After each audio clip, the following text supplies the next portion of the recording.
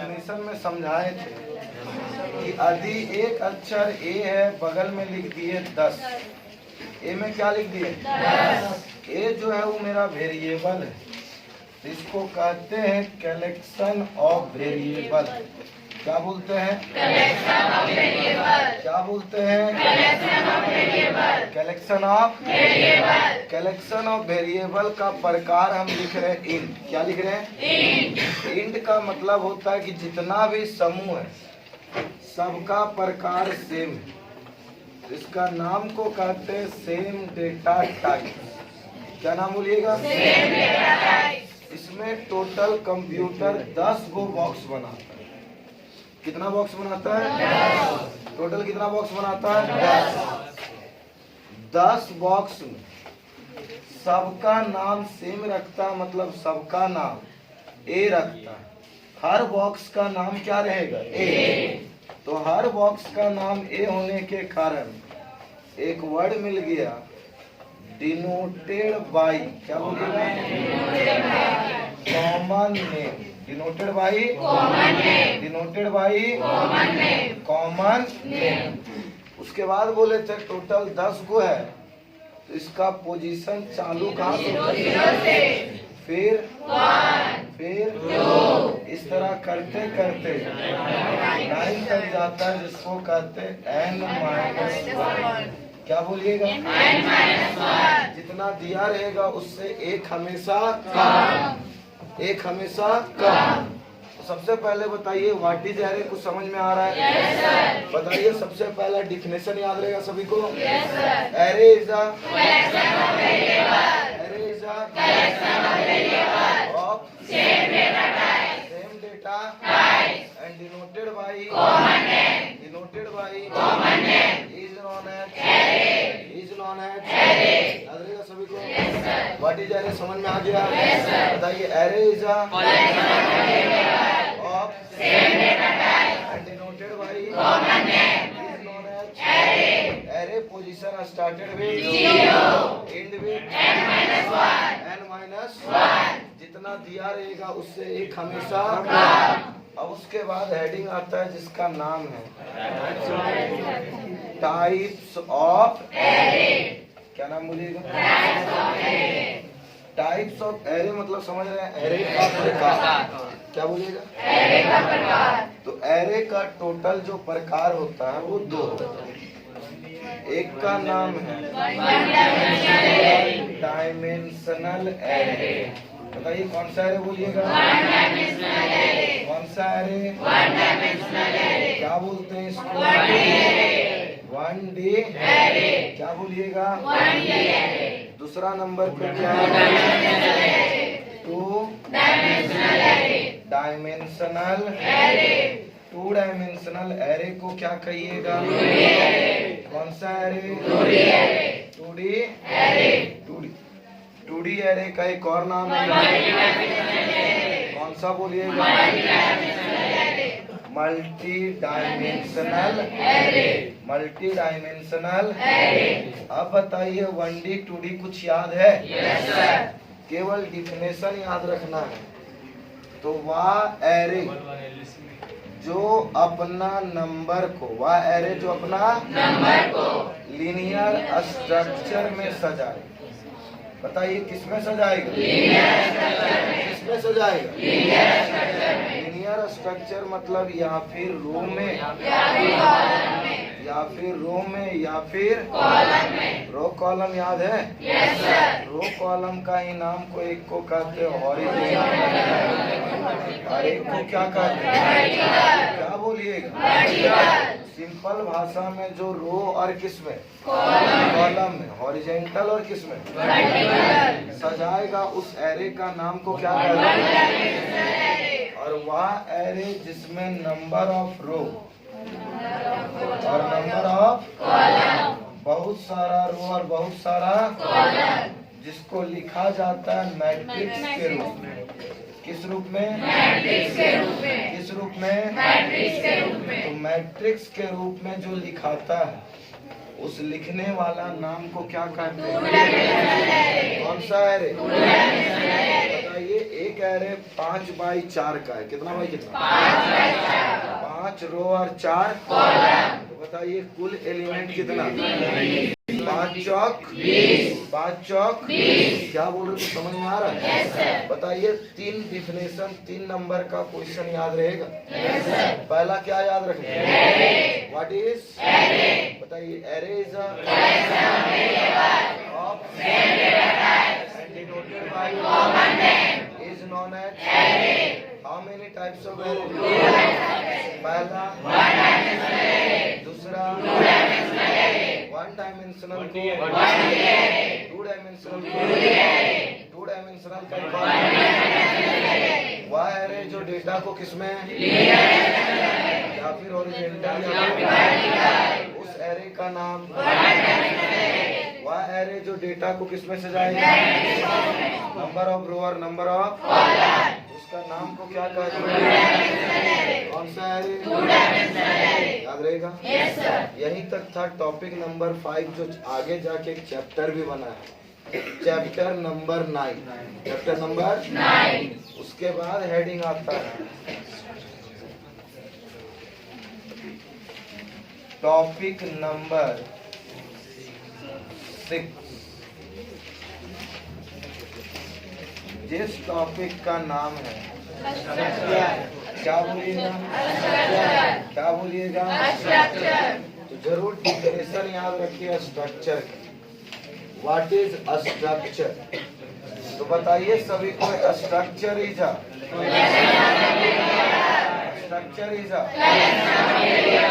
collection of variables. Structure is a collection of variables of different data types. Different data types. याद रहेगा सभी को? Yes, sir.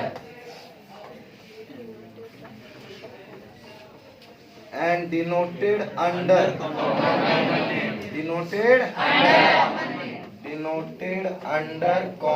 name. Denoted under common name समझ रहे हैं? yes, एक नाम के अंदर जो दर्शाया जाता है उसको क्या कहते हैं? स्ट्रक्चर। डिफिनेशन याद रहेगा सभी को? एग्जाम का एमसीक्यू क्वेश्चन या 1 नंबर का question what is a structure याद रहना चाहिए। Structure is of and denoted under common name is known as structure। याद रहेगा? yes, sir. अब बात आता है स्ट्रक्चर का कुछ एमसीक्यू क्वेश्चन। आप लोग बताइए स्ट्रक्चर का कीवर्ड क्या है? The keyword of structure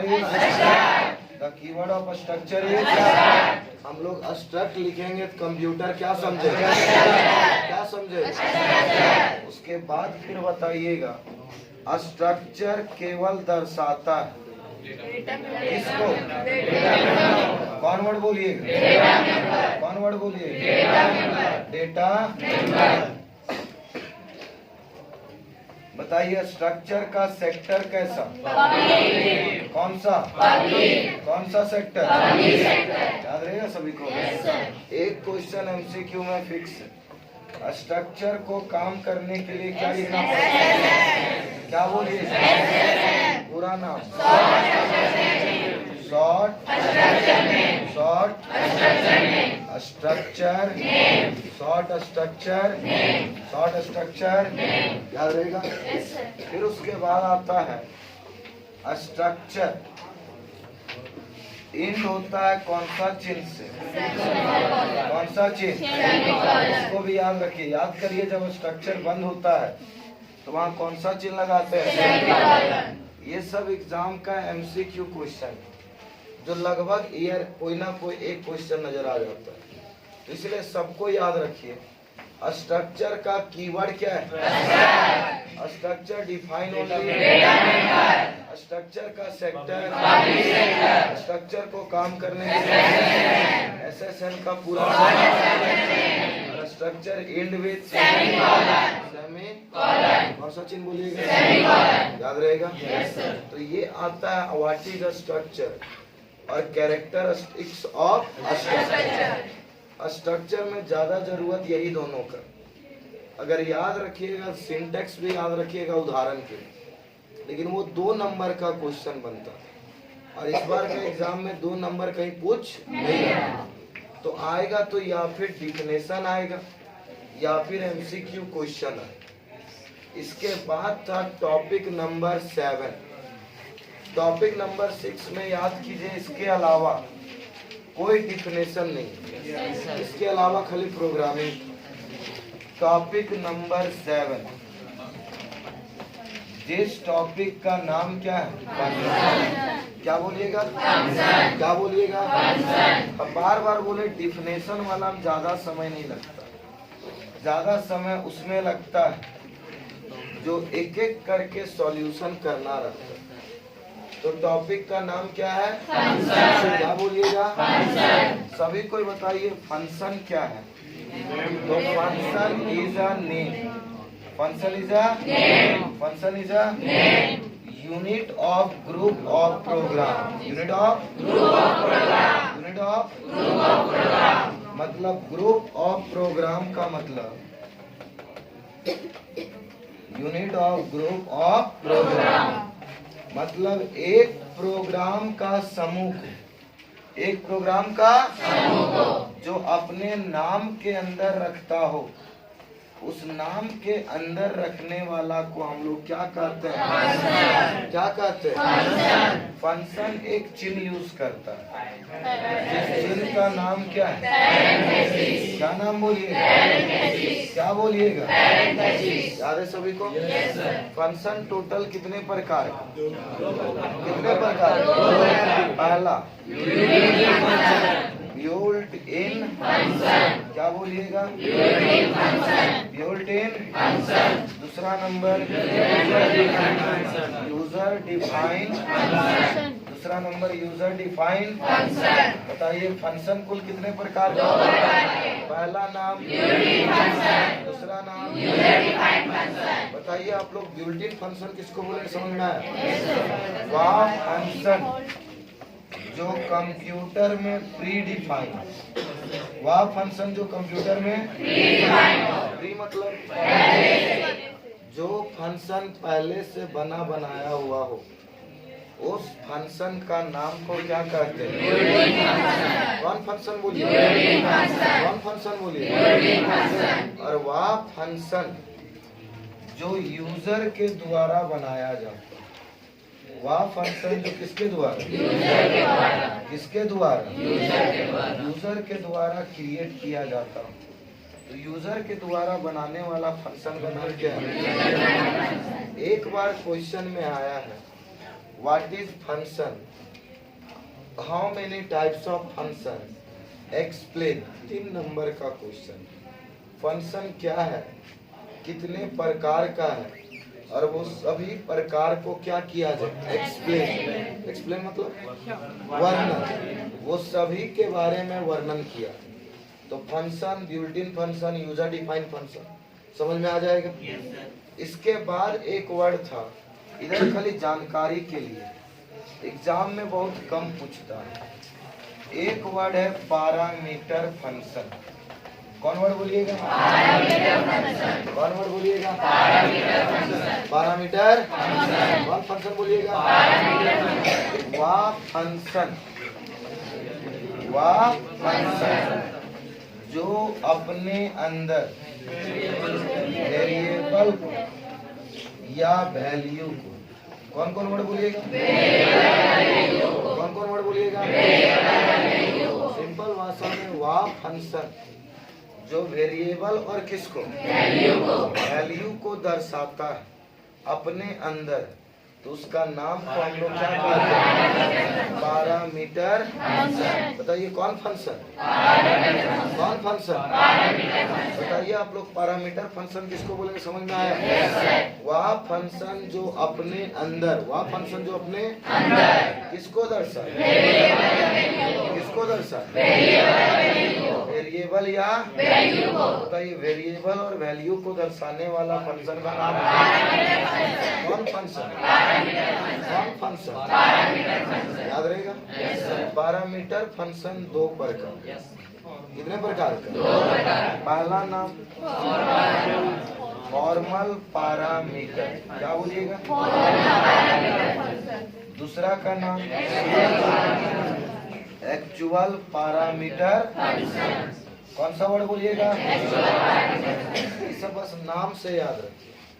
formal उसको कहते हैं जो अपने अंदर सिर्फ किसको रखता है? किसको रखता है? और वह फंक्शन जो केवल क्या रखता है? तो वैल्यू को रखने वाला, वेरिएबल को रखने वाला, दोनों को रखने वाला कौन सा फंक्शन? कौन सा फंक्शन? याद रहेगा। उसके बाद आता है जिसका नाम है कॉल बाय वैल्यू, क्या बोलिएगा? And call by reference, call by value और कॉल बाय रेफरेंस। इस सब में एक क्वेश्चन 3 नंबर का बनता है, लेकिन लगभग हमको लगता है 6-7 साल से अभी तक इससे कोई क्वेश्चन नहीं आया। लास्ट 2017 में आया था। What is the difference between call by value and call by reference, give example. तो सबसे पहले याद करिए, call by value, call by reference कुछ याद है? वह फंक्शन जो मान सेंड करेगा, भेजेगा, वही सेम मान को वापस लाएगा। मतलब जो गया वही आया, यही ना बताए थे? कॉल बाय वैल्यू क्या समझाए थे? जो जाएगा वही आएगा, जितना गया नहीं आया, तो उसका नाम क्या कहलाता है? कॉल बाय और कॉल बाय रेफरेंस, जो वैल्यू जाएगा वो कभी वापस नहीं आएगा। क्या करके आएगा? डिफिनेशन में बस इतने याद रखें कि वह फंक्शन जिसमें जो मान भेजा जाता है वही सेम मान अगर वापस आ जाए तो उसको कॉल बाय क्या बोलिएगा? और जो मान भेजिएगा वो क्या करके आएगा? चेंज मतलब बदल करके आएगा, तो उसका नाम क्या बोलिएगा? क्या बोलिएगा? Call by reference, call by याद रखिए। कॉल बाय रेफरेंस एक चिन्ह यूज करते, जिस चिन्ह का नाम है एड्रेस ऑपरेटर। कौन ऑपरेटर बोलिएगा? कौन ऑपरेटर बोलिएगा? Address operator. कौन सा ऑपरेटर? Address operator. याद रहेगा सभी को। एग्जाम्पल आउटपुट जरूरी नहीं है, क्योंकि इसका आउटपुट पहले पूछता था 2013 में, 2014 में, 2011 में। 14 के बाद अभी तक इसका कोई आउटपुट नहीं आया। आउटपुट में हम बोले सबसे ज्यादा एक ही से बनता है, लूपिंग से आउटपुट बनता है, जो पिछला क्लास समझाया, और उससे पिछला क्लास इंक्रीमेंट और डिक्रीमेंट। अभी लगातार 8 सालों से जो भी क्वेश्चन आ रहा है उसी से रिलेटेड आ रहा है। तो 2 जरूर याद रखिए, एक कॉल बाय वैल्यू और दूसरा call by reference. Call by value, call by reference याद रहेगा। जो जाएगा वही आएगा, उसका नाम जो जाएगा वो क्या करके आएगा, उसका नाम call by reference, call by reference याद रहेगा। इसके बाद आता है जिसका नाम था लोकल वेरिएबल। कौन सा variable? And global variable. Local variable and global variable. कौन कौन वेरिएबल बोलिएगा? लोकल और ग्लोबल, लोकल और ग्लोबल, लोकल और ग्लोबल। देखिए ग्लोबल उसी के अंदर डिफिनेशन लिखा है, लोकल ग्लोबल का ही पैराग्राफ चेंज करके देखिएगा तो उसी में डिफिनेशन लिखवाए लोकल वेरिएबल का। लिखवाए वह वेरिएबल जो फंक्शन के अंदर बने, वह वेरिएबल जो फंक्शन के काम भी अंदर ही करे, तो उसका नाम को क्या बोले? कौन सा वेरिएबल? कौन सा वेरिएबल? और वह वेरिएबल जो फंक्शन के बाहर बनेगा, फंक्शन के क्या बनेगा? लेकिन काम करेगा अंदर भी और बाहर भी, तो तो उसका नाम को क्या कहिए? कौन सा वेरिएबल?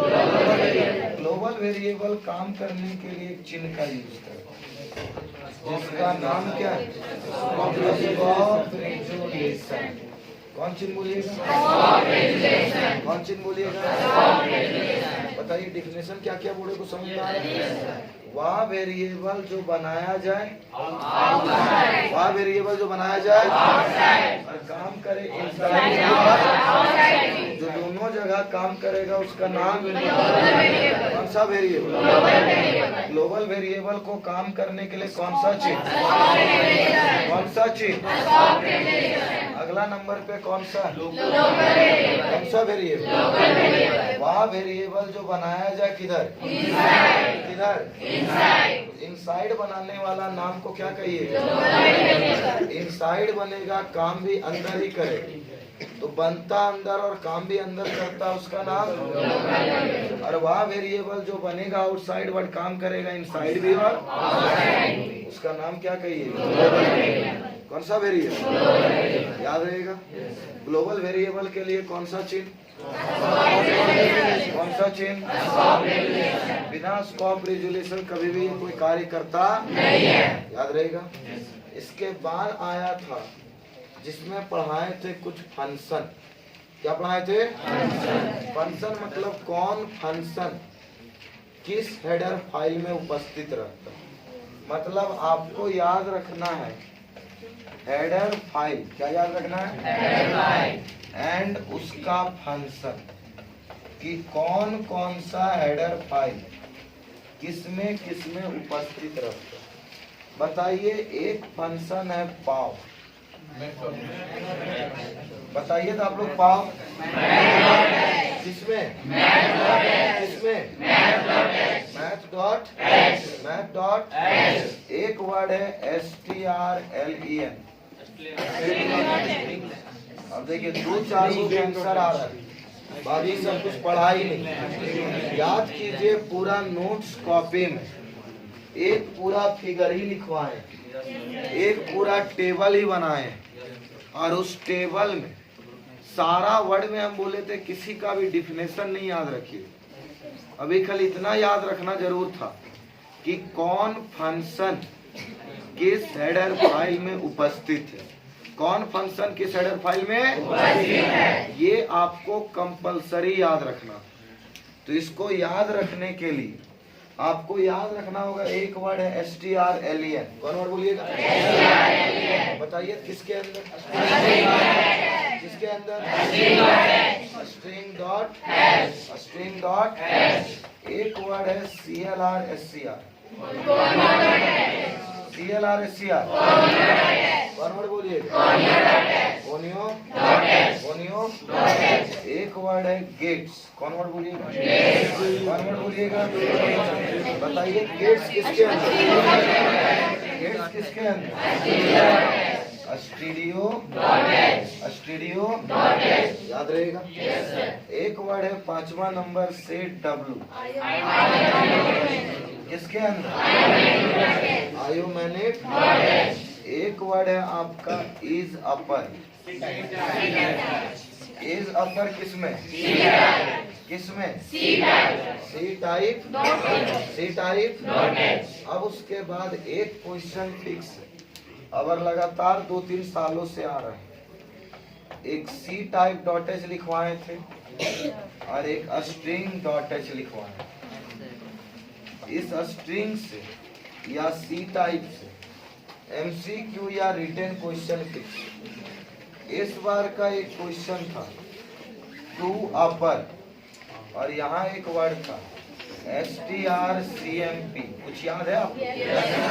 बताइए तो आप लोग strcmp में स्ट्रिंग कंपेयर। क्या बोलिएगा? क्या बोलिएगा?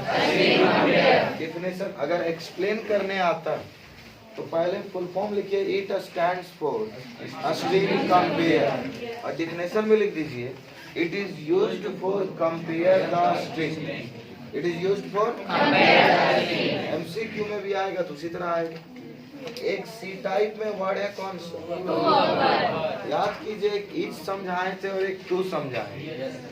बोले थे इज का काम होता है चेक करना, इज का काम चेक करना, टू का काम चेंज करना।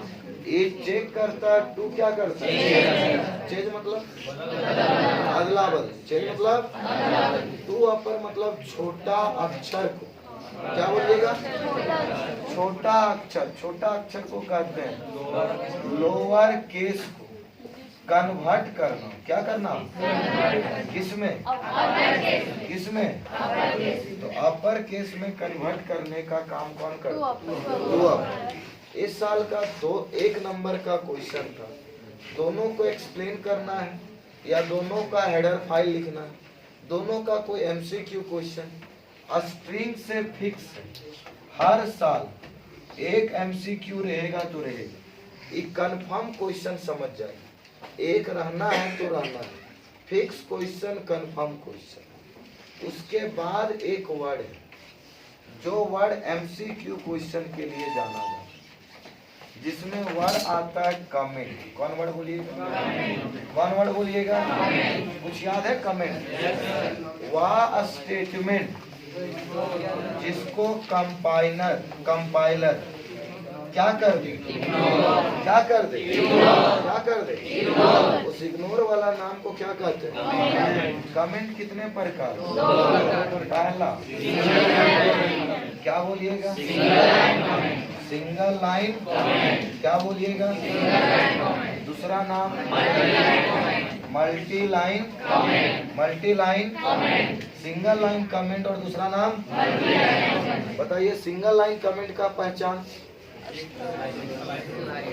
2 बार ऑब्लिक का चिन्ह, 2 बार ऑब्लिक का चिन्ह। और मल्टी लाइन कमेंट का पहचान oblique star dot dot dot, star oblique, oblique star dot dot dot, star oblique. देखिए इतना सारा तो बता रहे लेकिन आधा बच्चे के लिए सुन रहा। प्रॉब्लम ये है कि कभी नोट्स पलटता नहीं है, कभी पढ़ता नहीं। आपको भी पता है बिना मेहनत कोई चीज हासिल नहीं होगी, प्रयास आप ही को करना होगा। हम इतना भी बता दे रहे हैं ना, इतना सारा चीज समझा दे रहे हैं, अगर आप इसको रूम में जाके पढ़ते हैं, याद कीजिए कल का क्लास का लिया हुआ आउटपुट वाला हम पीडीएफ भी भेज दिए थे, लेक्चर भी भेज दिए थे, लेकिन प्रॉब्लम ये है कि बहुत बच्चे को कोई मतलब ही नहीं। कोई बता दे उस लेक्चर को फिर दोबारा सॉल्यूशन किया, कभी अपने से बना के देखा। प्रॉब्लम ये है कि जब तक कभी अपने से नहीं बनाएगा ना तब तक नहीं बनता। अभी देखिए हम ऐसा पढ़ा रहे हैं ना, ये सब बता रहे, तो ये सब सबके माइंड में सेट होना चाहिए। तो बहुत बच्चा ऐसा लग रहा है पहली बार सुन रहा है, ये सब वर्ड लग रहा है सुने थे। प्रॉब्लम ये सबसे बड़ा दिक्कत ये है ना कि आप रिवीजन नहीं, आपका प्रयास नहीं हो रहा, आप खाली आप टाइम पास कर रहे हैं। प्रॉब्लम ये हम आप बार बार समझाए हैं, अभी नहीं करिएगा फिर कब करिएगा मेहनत। आप मेहनत ही ना करिए तो सफलता कैसे आएगा, अच्छा नंबर कैसे आएगा। अच्छा नंबर लाने के लिए मेहनत तो आप ही को करना होगा। अभी आपको जी तोड़ मेहनत करना होगा। अभी आप जब तक मेहनत नहीं करिएगा ना तब तक कोई चीज हासिल ही नहीं होगा। प्रॉब्लम ये आपको मेहनत हर हालत में करना ही होगा। अभी देखिए हम चाहते थे कि अभी रिवीजन है, हम लाइव वीडियो रिकॉर्ड भी कर रहे हैं, हम जितना पढ़ा रहे सबका पीडीएफ भी भेज देंगे कि बच्चे पढ़ने वाले जो सिंसियर रहते हैं वो कम से कम चीज़ों को देखते हैं, पढ़ते, समझते हैं। लेकिन बहुत सारे बच्चे को इस सबसे मतलब ही नहीं रहता। बहुत बच्चा तो टेम्पररी टाइम पास करने के लिए आ जाता है। आप देखें रिवीजन के लिए बहुत बच्चे को जिसको मतलब नहीं है वो अपना छोड़ दिए, जिसको मतलब है हार है। हम बोले थे रिवीजन तब मजा आएगा ना जब आप पहले पढ़ के रहिए, बिना पढ़े हुए मजा ही नहीं आएगा, लगेगा यार बोर हो रहा है, लगे सर का इतना बता दे रहे हैं सर, ये सब तब मजा आएगा ना। अब सोचिए अभी पूरा सिलेबस आपको एग्जाम देना, अब नहीं पढ़िएगा तो कब पढ़िए, अब बहाना बनाइएगा फिर कब पढ़िएगा। बहाना बनाने के लिए पूरा जिंदगी बैठा हुआ, हर चीज को नजरअंदाज करना। देखिए बहुत सारा जिंदगी में तकलीफ तो हमेशा आते रहेगी। आप लोग सभी को बोलिएगा सर समय नहीं मिलता, बहाना टाइम नहीं मिलता। अभी भी सोचिए सब इंसान के पास समय का कम है। बहाना बनाने लग जाइए ना तो जिंदगी पढ़ने ज्यादा बहाना बनाने के पीछे बीत जाता है। लेकिन उस बहाना बनाने को छोड़ करके पढ़ने का भी प्रयास करना, उसको मेहनत करना। इसलिए आप लोग को कहते हैं थोड़ा मेहनत करिए, बिना मेहनत हासिल नहीं होगा, बहाना से थोड़ा दूर भाग। अभी हम ना सोचे थे आज क्लास ऑफ करवा, सोचे आज रिवीजन वाला क्लास ही नहीं दे। क्यों? कल मेरा अचानक तबीयत खराब हो गया, पूरा अंदर इतना ज़्यादा गला में प्रॉब्लम हो गया था कि जब गला से थूक आ रहा था ना, ब्लड आ रहा था, इतना ज़्यादा प्रॉब्लम था। कल रात में हॉस्पिटल गए, दवा लिए, डॉक्टर बोला भाई 1-2 दिन रेस्ट कर लो, उसके बाद फिर पढ़ाना। तब पर भी सोचे कि आज छुट्टी देने से अच्छा है चल जाते हैं, थोड़ा धीरे धीरे बोल लेंगे, प्रयास करेंगे, मेहनत करेंगे, कोई दिक्कत नहीं है, मर नहीं जाएंगे, जिंदगी बहुत लंबा है, मर भी जाएंगे कोई प्रॉब्लम नहीं। माइक है, लेकिन होता क्या ना, लेकिन ठंडा की वजह से अब क्लास ना थोड़ा, अभी जैसे क्रैश कोर्स वगैरह है, देखिए हम बोले थे ना बाबू, बाकी सब में ना क्रैश कोर्स में ज़्यादा समय लग जाता है। क्यों पता है? जो बोलना चालू होता है ना, अभी जितना भी चालू किया शुरुआत से, बोलते बोलते इतना दूर तक, अभी फिर आगे, और एक बैच नहीं है, कंटिन्यू 8 बैच इसी तरह, 10 बैच इसी तरह बोलना ही रहता है।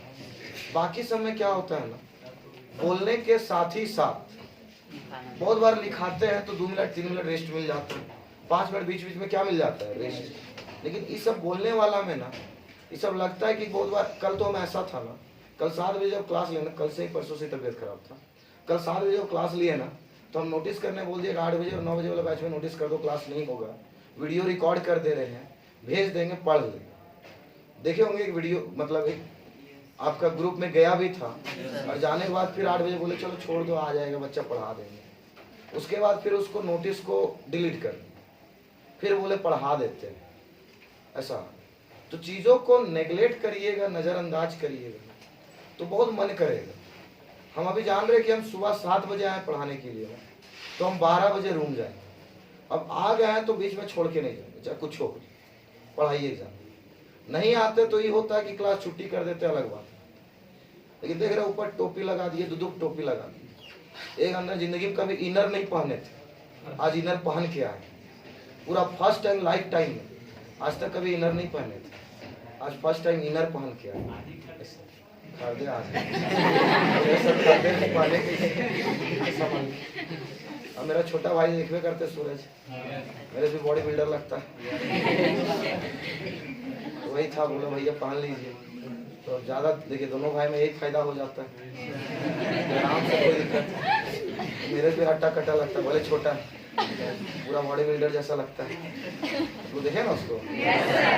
और भाई मैं पढ़ाता भी बहुत बैच में, तो कभी कभी दे देता है क्लास लेने के लिए, कभी 11-12 में।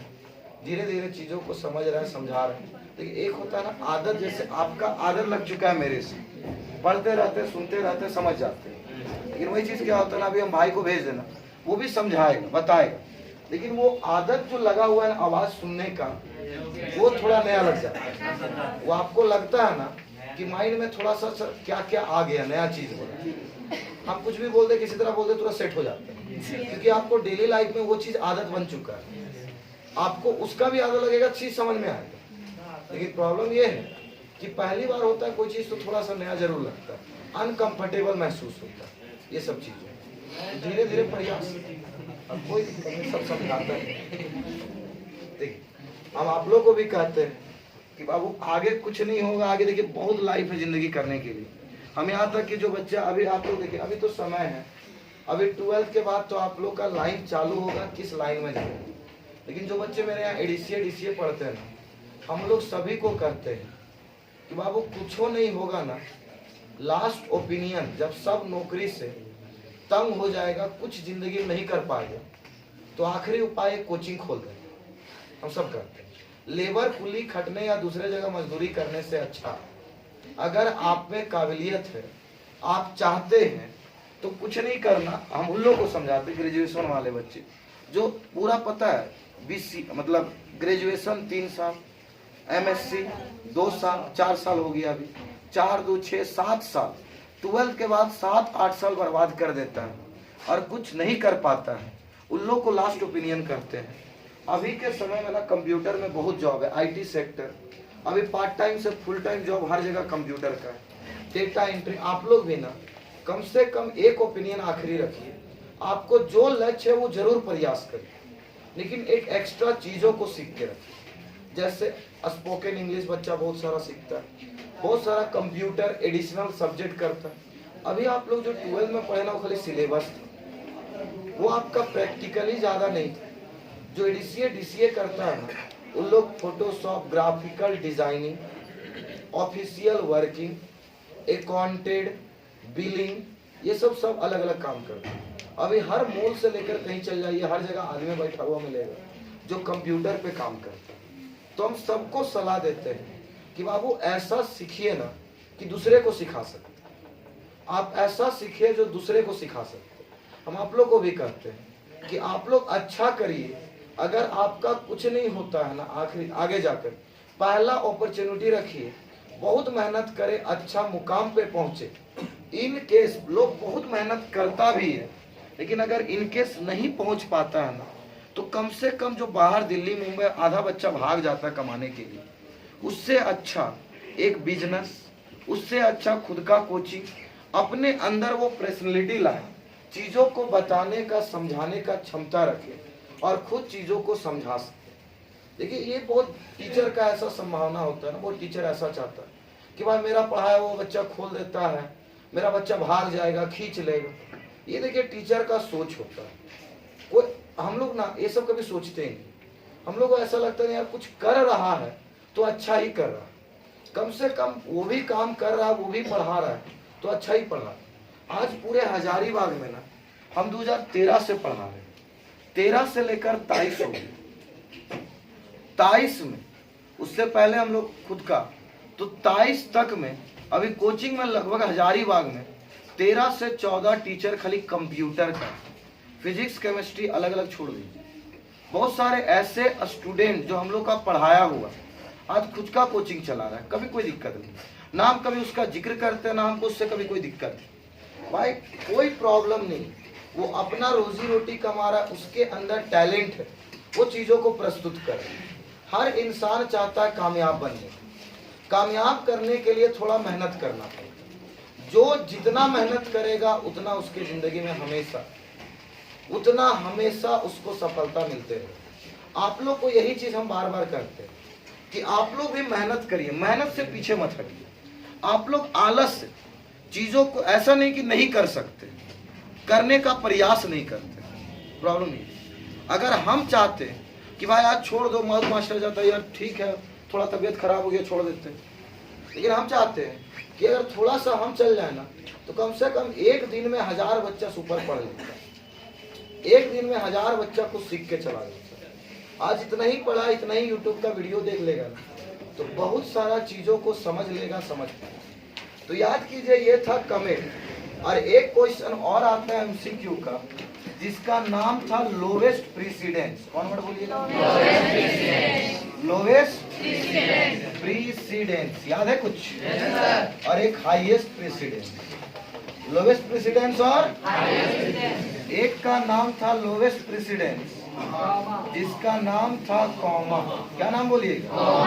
और हाईएस्ट प्रेसिडेंस का नाम पोस्ट फिक्स। क्या बोलिएगा?